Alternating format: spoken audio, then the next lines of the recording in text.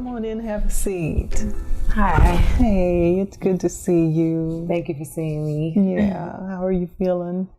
I'm feeling reserved. Reserved, that's interesting. Yeah. Okay, all right. Yeah, I'm feeling reserved. I'm feeling real, like, something in the inside. Just gotta let it out. Okay, I got that. Yeah, that's how I feel. All right. Holding it in. All right, well, let's get into that. Yeah, let's do it. Okay. Well, I wanted to share with you a story that I went through when I was 24. Okay. So when I was 24, I watched my grandmother pass away in front of me.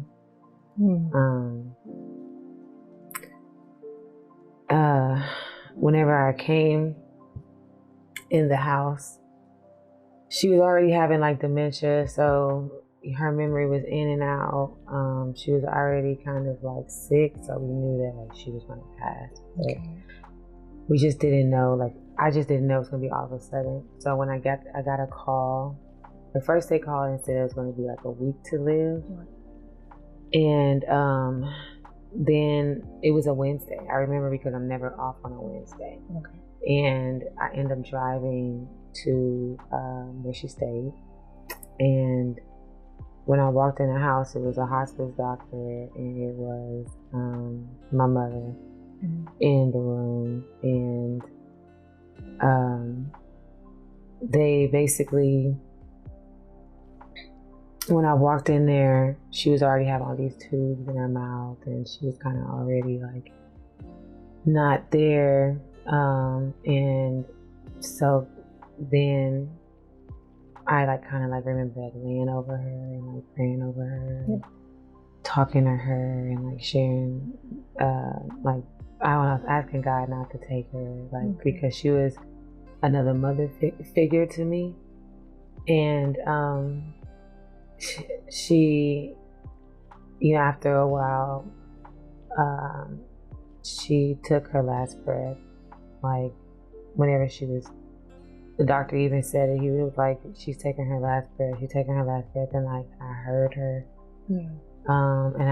And before that, I asked her like if I, you know, I was like, "I love you," and she kind of like moved her lips like, "I love you" back. And then like after a few minutes, she ended up taking her last breath. But what really was taking me back was like after I heard her coughing and choking up, she basically she basically just kind of like died with her mouth open. Yeah. Well, we wanted to keep the room cold so people can come and visit, and people can come and like see her and things like that, you know. But it was like I was kind of like fighting with the doctor, like don't take her, you know, like, and they were saying that they had to come and pick up her body. Well, after a while, everybody said their goodbyes. When they came to pick up the body, they wrapped her in her sheet, and they tied 6 knots in the front, they tied 6 knots in the middle, and they tied 6 knots in the end. And they came and they picked it up on like just her dead weight. It was in the cover, and her head almost fell out the sheet of the cover. And so they caught it, and then they came in and they found the stretcher. They put her on the stretcher, and then they took her out, and they had this van, and it was this big old body bag. And they slid her body in the back. And it was the longest zip of my life. And then they closed it. Right. And that was it. Yeah. See you really feeling that. Tell me what's happening right now. I'm angry. You're angry. I'm just angry that it happened that way. Okay. I guess it just makes me angry that, like, before she died, I was partying, not working. I didn't have no purpose. I wasn't doing nothing with my life. So she never got to see anything that I'm doing now. Okay. But you were also 24. Yeah. But I just feel like I should have been. I see all these other 24-year-olds. I see all these other, 21-year-old millionaires. I'm like, if I just would have been, if I would have like did better in the early ages, she would have seen that she died and just, I don't know, I guess it was like what I felt is, it was angry that I couldn't like show her that, I don't know. I just, as soon as she died, I took lifeless. Yeah. Sounds like it. I mean, do you really think that that's what your grandmother was thinking? That she's not a millionaire yet, or she's not doing A, B, and C?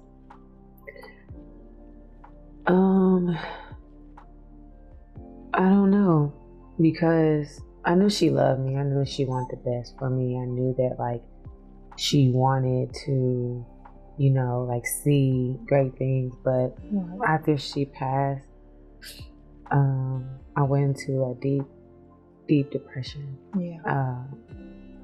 I lost 30 pounds. Wow.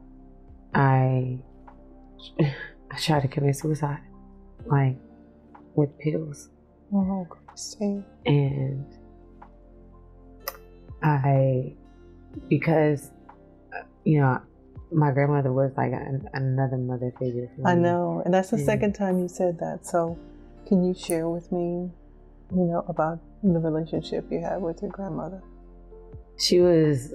And what did you call her? I called her Mama. Okay. I called her Mom. Okay. All right. Tell me about Mama. So, Mama was amazing. She was a strong woman. Yeah. She could walk in any room and just shed light.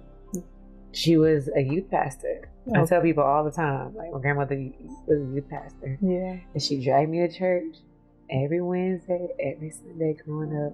Yeah. Even today when I go to church, I'm like, no, I got to sit in the third row because that's where me and Mama sat. Yeah. We always sat in the third row. So that's what I still do. Mm. She always reminded me that like life could be worse. Like she used to be, even when she had cancer, she used to be like, I'm not going to go out like that. Like I'm not going to allow myself to there's kids that are dying before their age, or before they see their before they have a full life. Yeah. She used to say things like, we're in St. Jude, like the kids in the St. Jude hospital. She used to say things like, life could be worse. She always used to say, and then she used to tell me like, that's just how the wind blew.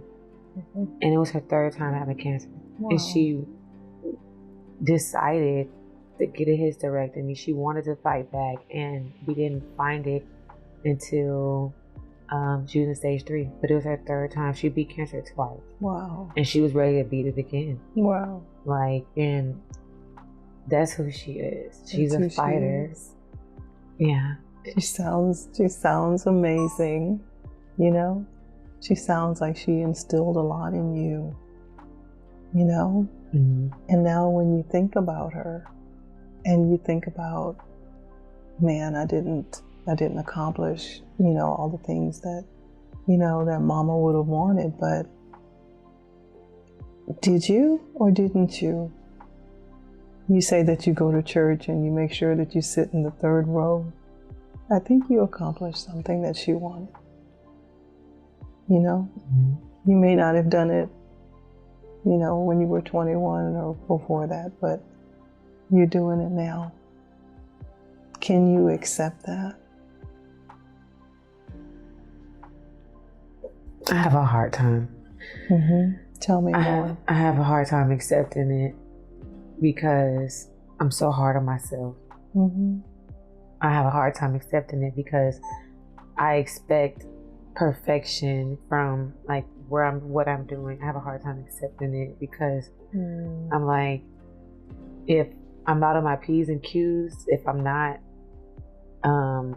going after it or being persistent or showing that if it's not there right in front of my face, then I have a hard time accepting it because in my mind, like, you know, perfection is the top tier that I'm reaching for, and no, so yeah, that's where I have a hard time accepting it.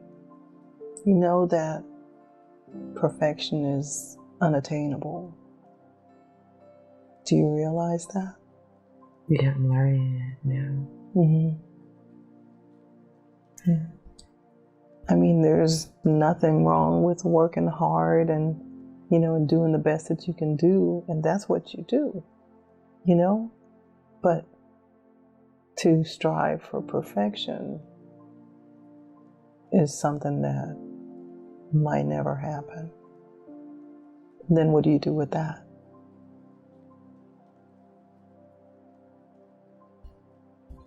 Just accept it. Accept what it is. Accept who I am. Just accept it and not try to fight it, I guess. That's what I'm just used to doing, fighting. What's wrong with accepting who you are? I guess because I feel like I don't know, I have a hard time accepting who I am. Because I'm so in the future, like, this could be better, that could be better. I could have made a better decision here, could have made a better decision there. Like, when she passed, I became an alcoholic. I used to wake up on top of medians wake up on top of just, or I wake up and my car is ran into something. Yeah. I wake up and I was just making all these, like, I was trying to block out everything that I saw, and I came with a lot of shame. Like, I was ashamed, and I was ashamed of the fact that I saw it. I saw her pass, I saw the body bag. Then the fact that everything after that, I couldn't even go to work without having a drink. I couldn't leave my house without having a drink. I couldn't even like talk to people without having a drink, you know? Yeah. Like it was like I needed to, before I talk to you, I need to calm my nerves because I'm gonna see something. And I was like seeing little like lights and flashing, like the day she passed. I felt like a white light just like flash in front of me. I was having nightmares of the sounds, the beeping sounds, like from the machine. I couldn't even get through that. You know, I was ashamed. I couldn't even process when he kept saying, "She's taking her last breath, she's taking her last breath." I heard that in my sleep. Right. So much that I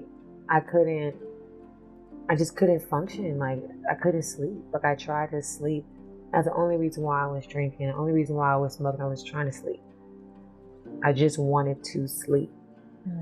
And I couldn't sleep. So he, I guess I was ashamed of the things I was doing, so I was hiding.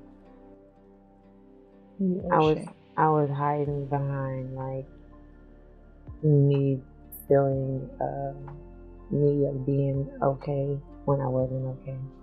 Yeah. So then that's where, like, it was a hard time accepting it still, because I was still letting it affect me. Right. So tell me more, because you said that you started drinking afterwards. You tried to commit suicide. There was a lot of things that just kind of sent you spiraling, Mm-hmm. you know? I remember the day that I wanted to be with Mom. I called every doctor's office in the city she died in. I called every doctor's office. I asked, I said, is she there? Don't lie to me. Don't tell me that she died, even though she died right in front of me. Yeah. I was like, I'm not accepting it. Like, there's no way I'm accepting this. So I called every doctor's office. I called everywhere to where I can try to see exactly like where she is. But she had already died, though. She had already died, yeah. So they kept telling me she wasn't there. It was making me mad. And I wanted to be with her. Okay. I wanted to be free from the pain, free from the fact that I couldn't deal with life, free from the fact that if anybody said anything, it made me mad. I had to drink to function. I just wanted to be free from all of that. Okay. I wanted to be a bird.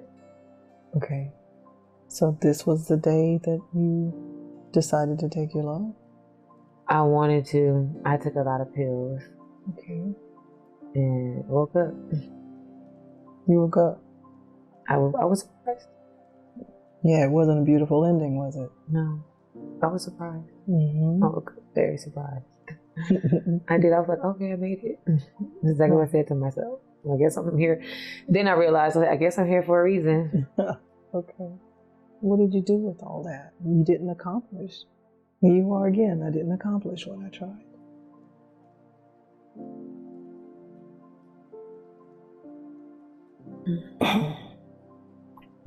I don't know.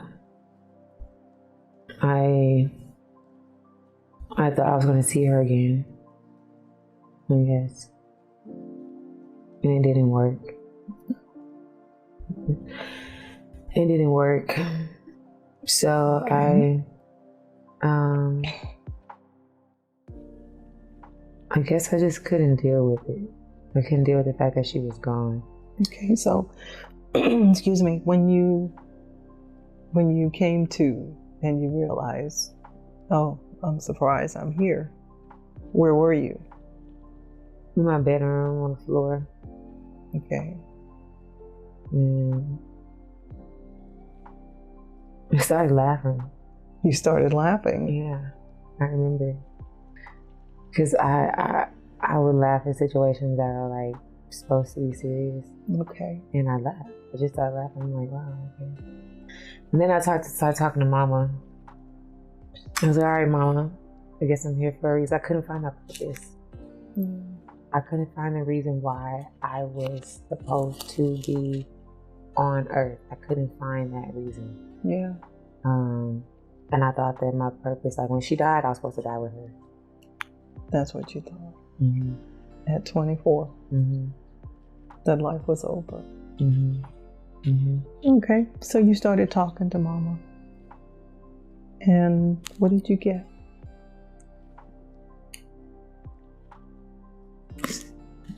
Her telling me to keep going. And then I remember this day, I think it was like maybe the day or two after that my mother called me.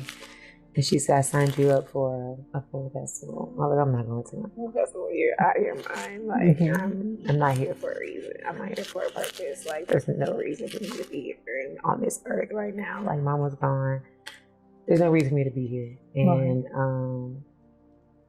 I remember this day because it was within the same week. And she literally said, she signed me up. She sent me the tickets. I went in there. And everything changed for me. What happened? What was different? I found it was like a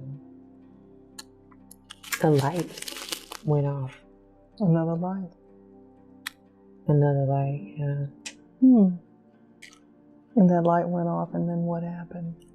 I just started running into people that did the same thing I did. That I got excited. I started to go up to people and I was like, what do you do for a living? They were like, I'm an actor. I'm like, put your number on my phone. I want to get to know you. Like, I think like I met, it was like, another person was like, I ran into another person. It was like, what do you do? She's like, I'm a producer. I was like, you're a producer? Wow, that's great. Put your number on my phone. Like, you know, I just started connecting with people that did the same thing that I did. And then from there, I wanted to connect with more people.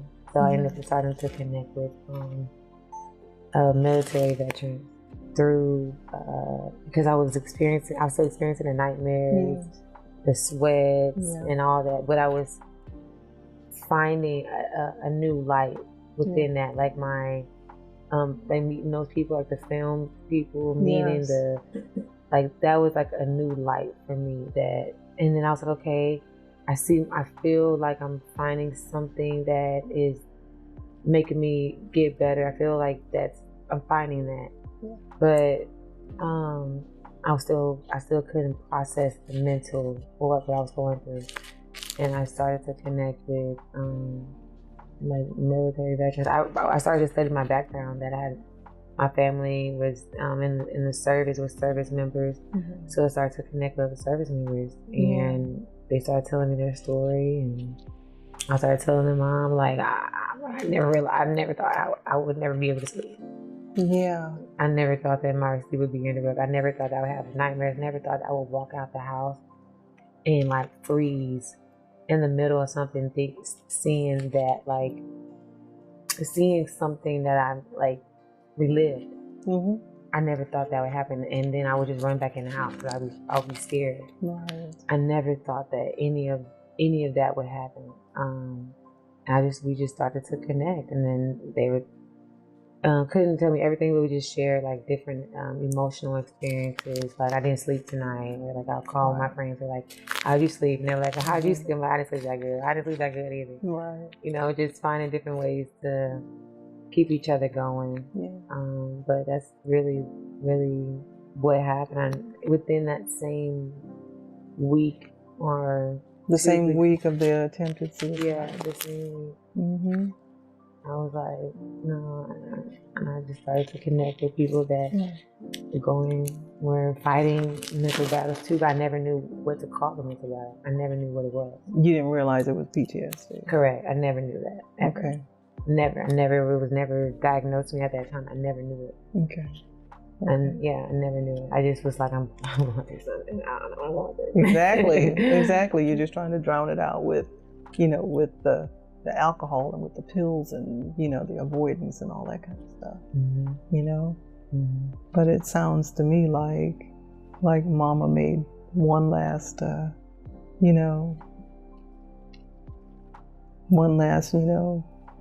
way to help you. She reached out, and it's a good thing that you weren't successful at your suicide attempt, because it really opened you up to where you are today. Yeah,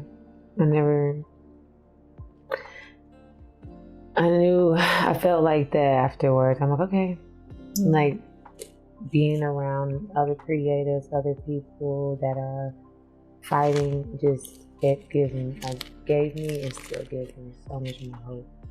Because I'm like, okay, like this can be life, like there's more to live for. Like the trees are green, the water's blue, the air is fresh. Like, these are the things that I was just like, okay, there's more to live for. There's more to life than the darkness that's in front of me. There's more to life than like the dark thoughts that I see in my brain, or the trauma that's reliving over and over in my head. That's why I keep my shoes off, and I keep my feet in the ground. I keep my space clear, my energy clear, because I just know that it was so much more. I just know that, like, if I stay present, then I want to be present. That is the most important thing. If you're present, it also keeps your mind from running ahead of you too, and looking for anxious thoughts. So being mindful, being present, it's a very good thing. That's where I am with that. Okay. You want to say one last thing to Mama?